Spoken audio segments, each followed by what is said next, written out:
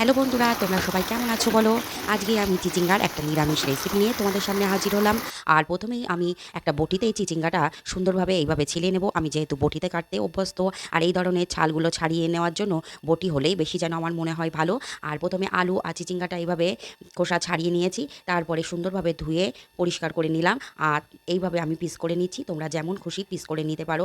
আমি একেবারে চৌকো শেপ করে সব চিচিঙ্গাগুলো কেটে নিয়েছি। তোমরা কে কী বলো, চিচিঙ্গা বলো কি প্যাচাঙ্গা বলো, আমাকে কিন্তু অবশ্যই কমেন্টে জানিও। আর এবার আলুগুলো আমি ঠিক আলু ভাজা যেমন করে কাটে সেইভাবে কেটে নেবো, কিন্তু একটু মোটা মোটা রাখবো, যেহেতু এটাকে আমি চচ্চড়ি বানাবো, নাইলে তাড়াতাড়ি খুব বেশি গলে যাবে।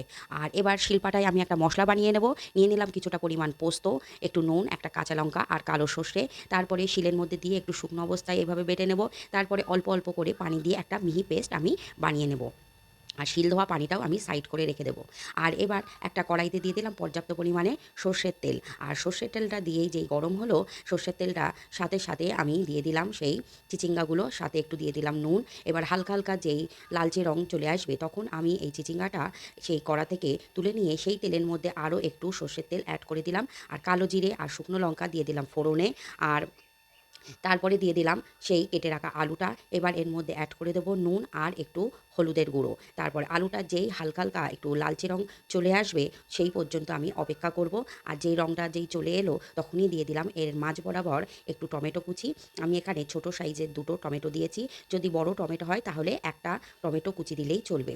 তারপরে সেই টমেটোটা যে সফট হয়ে এলো, তখনই দিয়ে দিলাম সেই ভেজে রাখা চিচিঙ্গা, একটু আদা বাটা আর বেশ কিছুটা পরিমাণ পানি। যেহেতু চিচিঙ্গাটা একটু শক্ত ধরনের হয়, একটু গলতেও সময় লাগবে। এবার আমি মিডিয়াম টু লো হিটে বেশ কিছুক্ষণের জন্য ঢাকা দিয়ে দিয়ে রান্না করে নেব।